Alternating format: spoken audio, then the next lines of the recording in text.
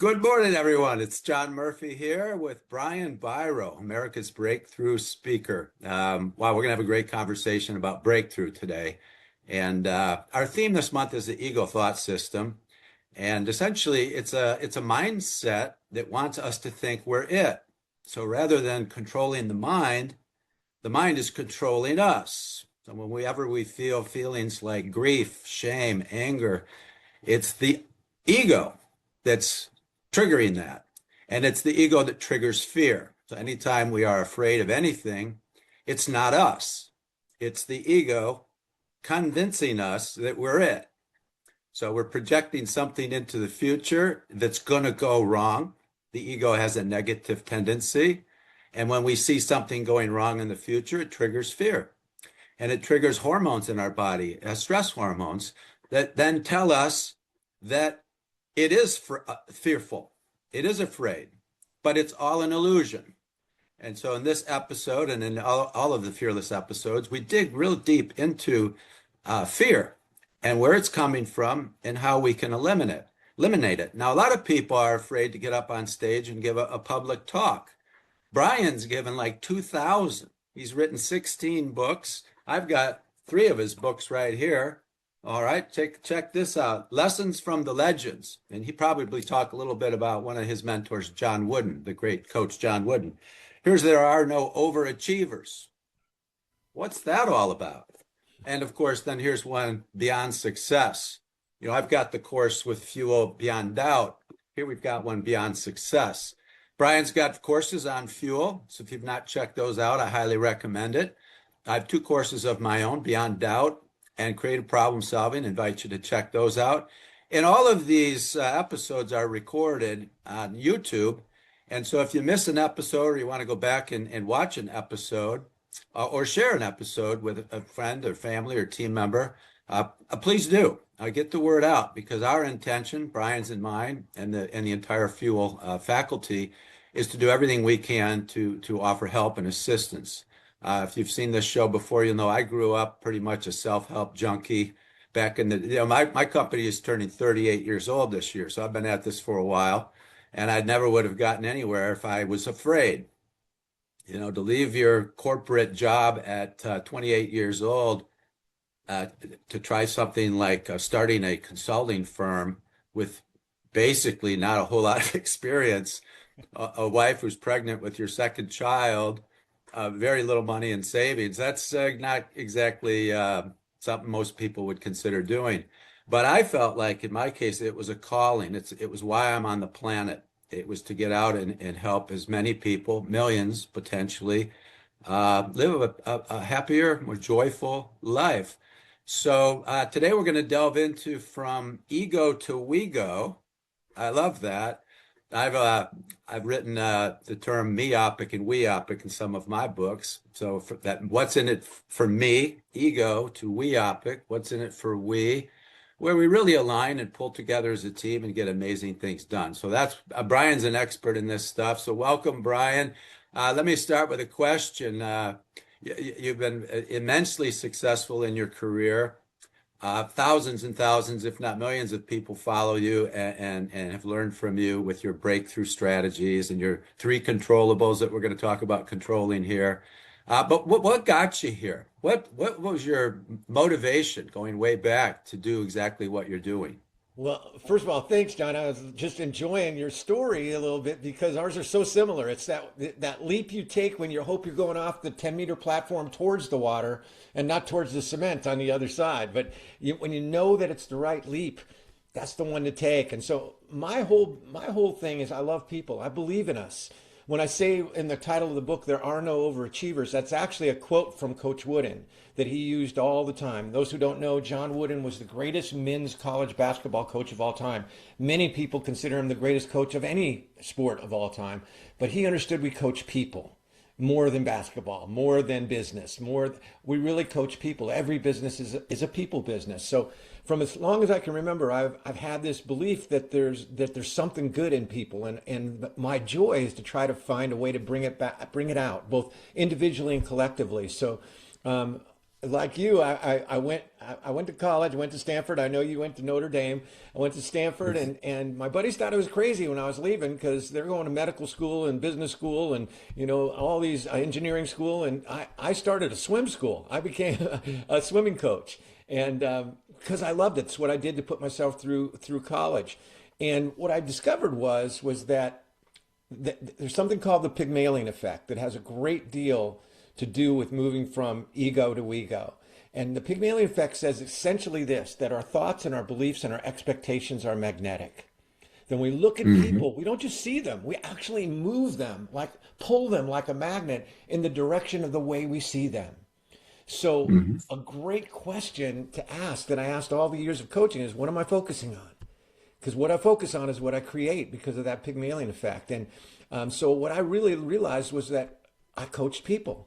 It was really about their emotions. It was really about breaking through the fears, the doubts, the habits that held them from who they really were. And I loved it. That was my first career, so it kind of set me on the path, but I had no life. So another thing that I know you're passionate about is see, all I knew myself was my work.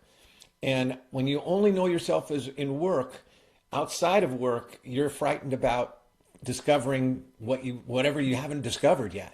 And so I'm probably the only guy, John, who jumped who went into graduate school to get a life instead of a job. And I really did. That's when I met my wife. It was that same leap that you took. It's when I got in so much better physical shape. And most of all, I began to understand who I was. Had a neat corporate career, but I was in a field I didn't give a hoot about. I cared about the people. And we started Hmm. building a team in an organization that had been completely siloed. We went from silos to synergy. And at the peak of Hmm. that, I took the same leap you did. We were doing great. We had incredible turnaround. I had started doing team building programs, set presentations in my own company all over North America. I said to my wife, "We're doing great. Let's quit. I got to go do this." And that was Hmm. 36 years ago, and have been speaking about breakthrough leadership, breaking through from fear to freedom, from failure to faith, and from ego to ego. And that's been the path. And but the consistent centerpiece is this belief that we have in us more than we think. Yeah, well, I could totally relate with that, Brian. And I run Kaizen events, change events all over the world, and it's not unusual on Monday for people, master black belts and change agents coming up to me going, "I think we have a problem, John." And I say, "Well, what's that?" And he says, "Well, we've got a lot of people on the team that just don't think it's possible to do what you're telling us we're going to do in a week." Okay, and I'm even talking, Brian, about nuclear engineers and Kaizen events in Washington, D.C. and the Department of Defense. These are not people who don't have some intelligence, right? But then I'll say, well, good. And they're like, what do you mean good? But like I said, because on Thursday and Friday, when they're high-fiving each other because of the changes we made, we're going to see a completely different mindset. And the reason I share that is because to me, true empowerment is helping people get out of their own way. So when you talk about focusing on people who no doubt have doubt, in most cases, I'm not really sure I can do this. Exactly. That that's a barrier to success right there. So I think high performing leaders are, like you say, focusing on people as well as the mission, whatever the mission is, and helping them get beyond that doubt, beyond that fear. And it's truly amazing. You use the term synergy, where they've just really pulled together, and I like to call that the genius of the team. I've been in sessions where I'm like, is anybody in here a genius? And they're like, no, we thought you were. No. But what we're going to do is we're going to tap the genius of the team, and I'm going to show you how to do that. So now you make the comment that we're all leaders. Everybody's a leader. Comment on that, Brian. Well, that's a starting place. A lot of times when speakers or consultants or coaches talk about leadership, immediately people kind of close that off to the C-suite or close that off to, a certain position or above. And I want to dispel that right away because you're the CEO of your own life, no matter what your quote unquote title or job is. That leadership, if you break it down to its very base level, leadership is nothing more than making decisions. Every decision you make is an act of personal leadership. So how you show up every day, that is a huge part of leadership. You are a teacher of a way to live your life. How do you deal with adversity, with challenge, with change? Do you embrace it? Do you run from it? Do you fear it? Do you look enthusiastically at it? That's another facet of leadership. Most of all, what kind of impact do you have on the people around you? Do you just lift them up by who you are? Do you neutralize them? Are you an energy vampire? Do you suck the energy out of people?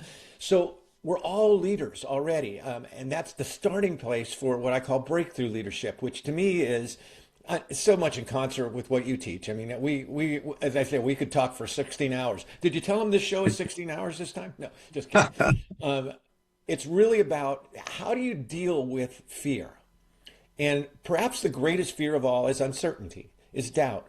And how do you overcome that? Well, it starts with controlling your controllables. And so breakthrough leadership is about really controlling our controllables. Because think about it, you know this, John, when you're focusing on the things you do control, how do you feel? You feel enthusiastic, you feel optimistic, you feel like you're generating momentum, you feel like you can.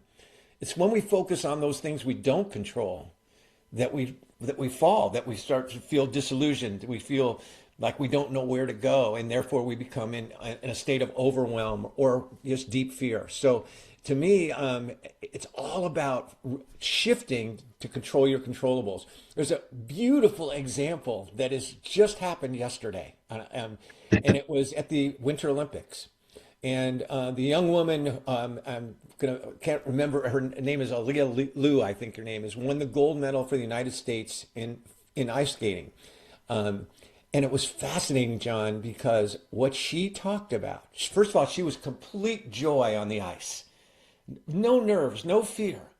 And that is very tough in that world of that sport, which is so precise and so difficult. But she comes from a place 100% of controlling her controllables. Did she want to win? Did she love winning a gold medal? Absolutely. Is that what she shot for? Absolutely not. She was there to put her artistry out the very best she could for the pure joy of doing it. And to her, whether she won a gold medal or didn't medal at all, didn't matter. And as a result, she performed flawlessly. She performed with pure joy. And she embraced the other contestants, the other participants with pure joy for them.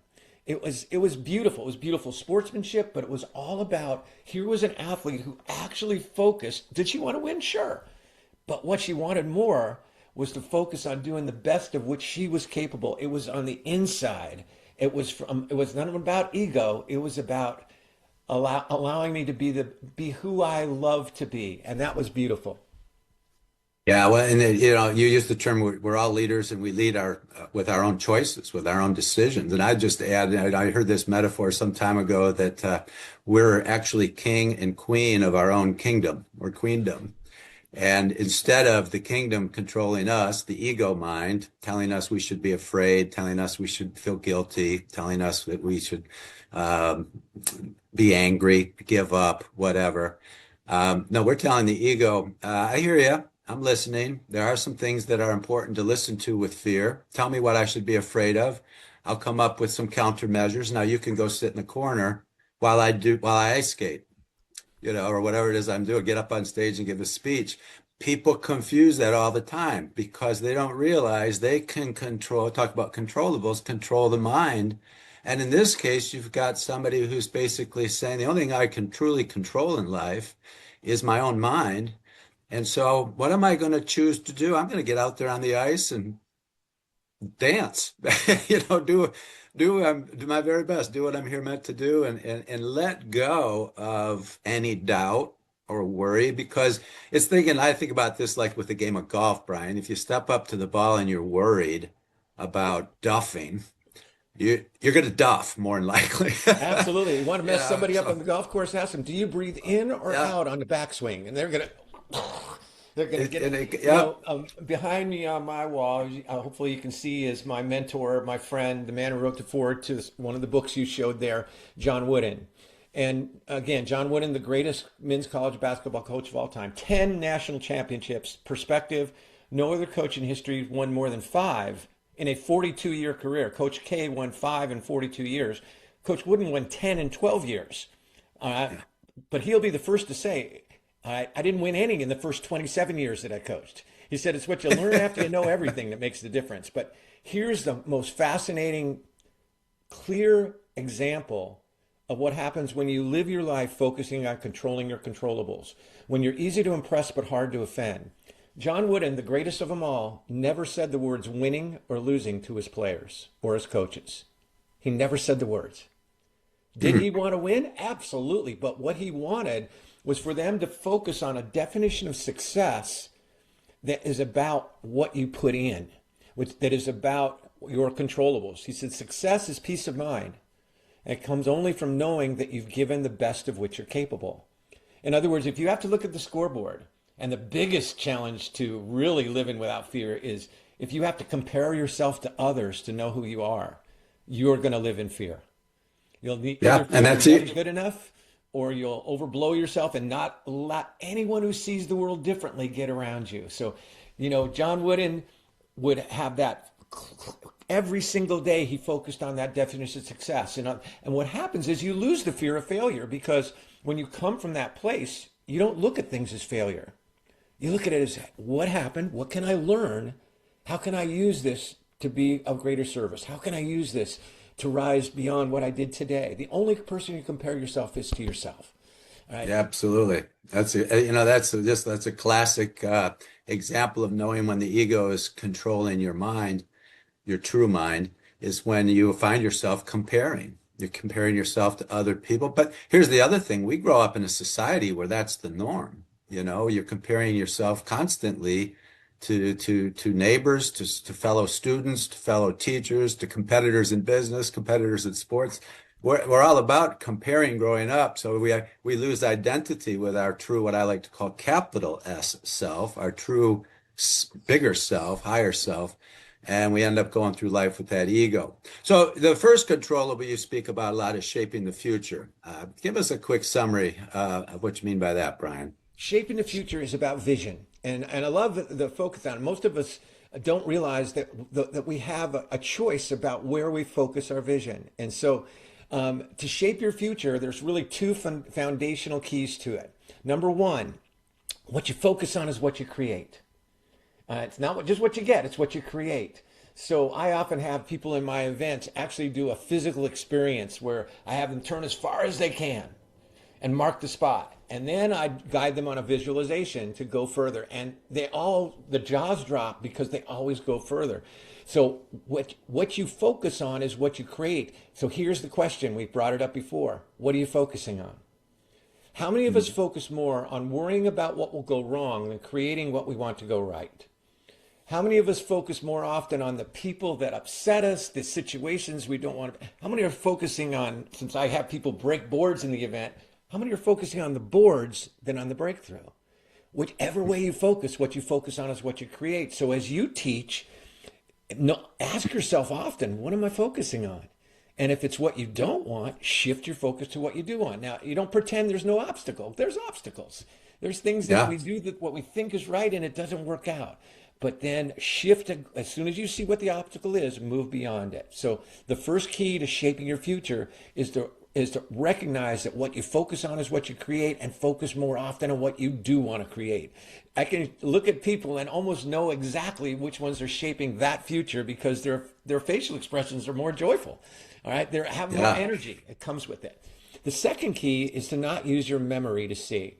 So in all of my events, I've asked people, what color is a yield sign? And every single audience says yellow. Yield signs have been red and white for 55 years. Right? So the question is, why don't we see what's right in front of us? And the answer is, very seldom do most people use their vision to see. What do we use instead? Our memory and our conditioning. And whenever you use your memory to see, you do not see what is, you see what was. Yep. And the second you lock onto what was, guess what you block out? What is and what could be. Now, that's well and good for yield signs, and I hope everybody watching is, join me, because I'm the happiest driver I know, because every time I see a yield sign, I start cracking up. I'm thinking, what else have I missing lately? But where does it matter to no longer depend upon your memory and conditioning to be your vision? One word, the word that your show is about, the word that Fuel is about, the word that we're all about. People. Change the way you look at people, the people you look at change. Change the way Hmm. you see yourself, the self you see will change. So, to shape the future you want to create, number one, start focusing more on what you want. Ask, what am I focusing on? And make sure it's where you want to go. And two, step back and say, am I using my vision to see or my memory? And then open your eyes to the possibilities. So many events I've been in, John, I've asked people this question. Is anybody in this room married to somebody who, when you first met them, you couldn't stand them? And always people raise their hands. Well, they stopped using their memory to see that person. Somewhere Yeah. along the line, they started to look for something different. And they go Yeah. together because once you look for something different, what you focus on is what you create. Yeah, no question about it. And one of the exercises I have people do, and I've done it within this show, is draw a very clear, specific picture of yourself 5 years out. So it ties into shaping your future. And by the way, I'd like to know, as best you can describe, what do you look like? So there's a physical component. What do you feel like? Are you joyful? Are you happy? Are you grateful? Are you just absolutely loving life? What are you doing? You know, professionally, or recreationally? What are you doing? Where are you living? Okay. And what's your financial situation looking like? So very specific, I call them specs, if you will, for true success, because a lot of Love it. people think, well, if I just have a whole bunch of money, I'll be happy. I live on Palm Beach. There's billionaires up and down the street all over the place around here. Not all in the best shape, so to speak. Not all real happy. But so be real specific. And what I discuss, so we're shaping the future, but what often just happens is people, they draw this picture and I encourage them to stretch. And then I say, is there any doubt about it in your mind? Like, is there any like, well, I really couldn't do that. I'm not smart enough. I don't know how. And this is a key point that I teach, Brian, is if you're very clear on the what and the why it's important, and the what is about giving, not getting. There's your ego to we go. So if I'm clear on what it is I'm here to give and why it's important, the how shows up. Absolutely. You don't have to Absolutely. know how. We're I mean, so copacetic. One of the breakthrough beliefs that I teach is when your why is compelling enough, you'll figure out how. yeah, Most people always think when they're not getting the results they want, immediately think it's about strategy and tactics. Now, strategy and tactics can be phenomenal, but yeah, your compelling why, your clarity about where you want to go, the what, they eat those strategy and tactics for breakfast. You will find things that you didn't know you had inside of you. So it's so important to understand that shaping your future is a controllable based upon what you focus on, both in yourself and others. I ask people, when you look in the mirror, you see your pimples or your possibilities. All right. And I think the other key thing that you can use just a real practically, I love that exercise you create, is ask yourself this question. When I'm passing on, what are three words that I am determined that I very much want people who knew me to describe me as? So I have three words, all right? mhm. My three words are kind, humble, and joyful. I And love it. what I've just done is I've set my vision to live that each day. In the same way that an Yeah, organization may set a vision statement, but the clarity about this is make it simple. Otherwise, you'll just be yeah. drifting off in different directions. But if I live my life in those directions, towards those three end points, starting as Covey says with the end in mind, Mhm. I've set my direction, and if I move away from it, I know it, and I can readjust my Yeah. course. Another exercise I have people do along those same lines is, I'm a big believer in the affirmations, the I ams, and I'll challenge people not to come up with two or three, but let's try 15 or 20. And for each one, is it positive or negative? Like I'm stressed, I'm nervous, I'm anxious, or is it I'm joyful, I'm humble, I'm kind. And then what I do, Brian, is I'll say, prove it. You've heard me say this before. So if somebody, it's a way of reprogramming the mind, so to speak. If somebody has doubts and I'm afraid, I'm really nervous about this interview I'm going to go into, or I'm afraid I'm going to lose my job if I speak up or whatever. Try, I'm fearless. I'm not afraid, and then prove it. think of one time in the last 24 hours where you were joyful, you were kind, you were generous, you were humble, you were creative. I mean, whatever, your I ams are. And like I say, there's a whole lot of them. You don't have to limit yourself to just, a handful.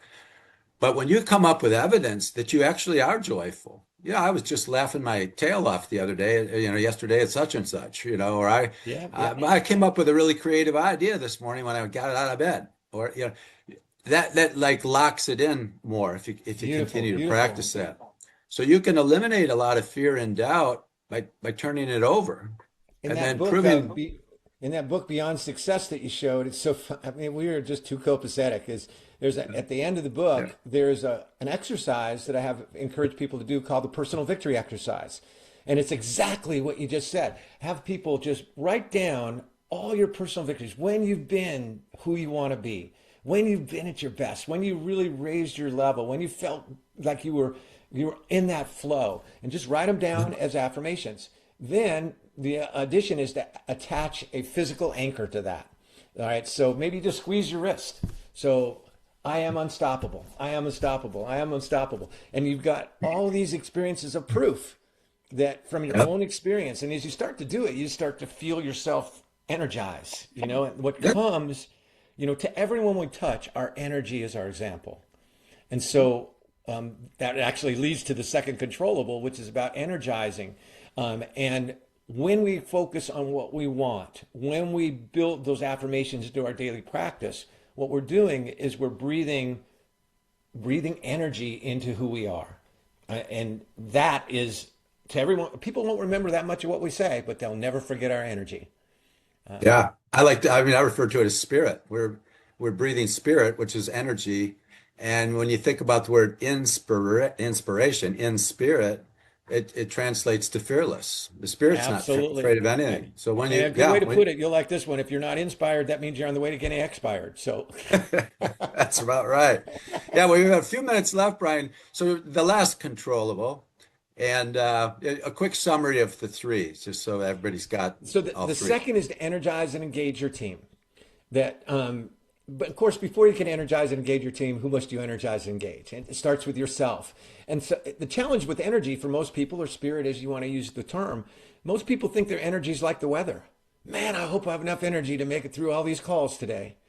But your Yeah. energy is not like the weather. It is a choice based upon three key elements. One, changing the way you move. Your energy is created by the way that you move. In other words, whenever you've been at your best, you've moved distinctly differently than when you've not been your best. So focus on elevating your movement. That's one. Second is purpose. In fact, when you're full of purpose, you're going to move differently. And another way of Hmm. putting it, if you want to win your race, you've got to change your pace. But when we are full of purpose, we are full of energy. You ever notice when you get to do what you love to do, it doesn't matter how much sleep you had. It doesn't matter what's been on your mind. You get to love when you get to do the thing you love to do, you are unstoppable. So start every day with gratitude, which will lead us to purpose. What am I truly grateful about today? I Hmm. bring with to me at every presentation I bring is a photo of my family. Now I show it up on the board, but I don't bring it with me to show the audience. I bring it with me to show me, to Yeah. remind myself of what's most important to me, what my purpose, what fills me up. And it changes me. Instantly, it Yeah. doesn't matter how many times, how many flights were delayed or if my knees ache. All that matters is that if I don't give everyone in front of me my best, I'm not giving them my best. The last and the most important is to build people, build teams, and relationships. And there's one fundamental above all, and that is to be fully present. Every time we're fully present, which is who you are, John, why you're so good at this show too, why you're so good in your life. When you're with John, you know that he's 100% there with you. He's listening to everything. He's not thinking about what he's going to say until he's heard you. And that sends a message to everyone that you're around that you are important. When we're fully Hmm. present with people, we say to you, you matter, you count, you're significant, you're important. And whenever you're not present, when your mind's on the score of the ball game, when you're thinking about something else, you send the opposite message. So the foundation of building people, teams, and relationships, there's more to it, but the foundation is to be fully present. Yeah, well, I wrote a book years ago called Sage Leadership, which lists 17 different characteristics of wise leaders, and one of them is leading with attention. So to your point, where you really do listen and empathize, a deeper form of listening is where you're really trying to feel whatever this person is feeling. It's a classic Stephen Covey. You mentioned that, but think about this. How often does somebody ask you your name, and seconds later they can't remember? Happens to everybody sometimes, but it's like because your mind wandered and you didn't control that mind, just the same way it wanders towards fear or whatever else it wanders to. Um, so Brian, how can people reach you? You're a fuel instructor, and I encourage everybody to check out Brian's courses and his books, of course.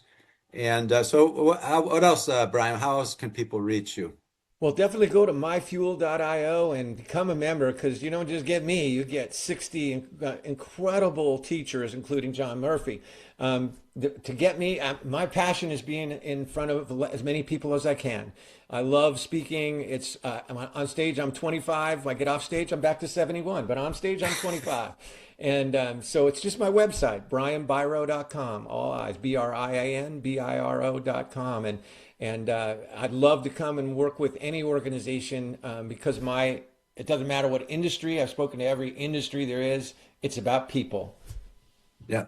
Yeah. And I love that about people and about purpose, what you said about purpose. And I try to keep it simple for a lot of people when they're like, I'm not really sure what my purpose in life is. And I said, well, let me make this real simple for you.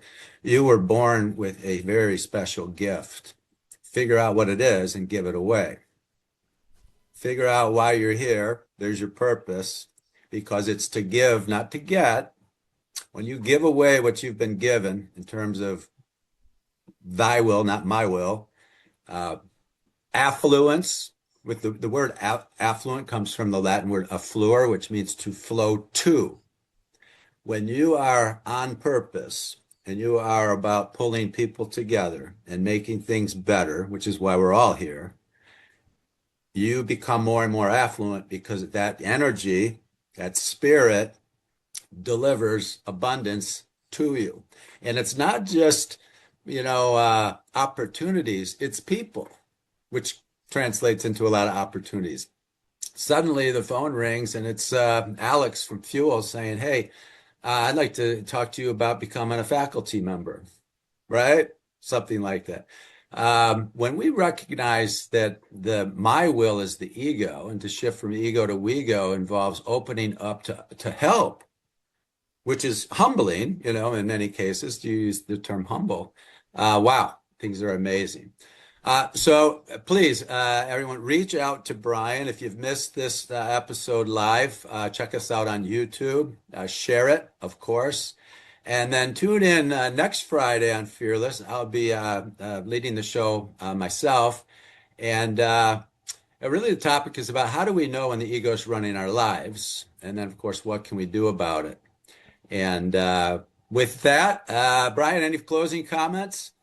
Just one thought for people to think about, which is really when you do this, you've moved from ego to ego, and that is consider being easy to impress, but hard to offend. And if you live your life with that recipe, easy to impress, hard to offend, you'll be interested and curious about people around you. You'll give credit instead of seeking credit, and you won't take everything personal. And that's the ego at work when it's about personal. It may not mean that at all. So be easy to impress and hard to offend, and be fully present. And you are on the road to move from ego to ego. Yeah, I love it. And be curious, be open, listen. Socrates once said, "We have two ears, one mouth. Use them proportionately." I love that. And keep judgment to yourself. That's a line from Isabel Myers from the I Myers-Briggs love type it. indicator. This is so Yeah, much fun, John. It's just too yeah, short. We need to do yeah. longer shows. Brian, we'll have you back on. Absolutely. Okay, so stay tuned. All right. Thank you, everyone, and we'll see you next time.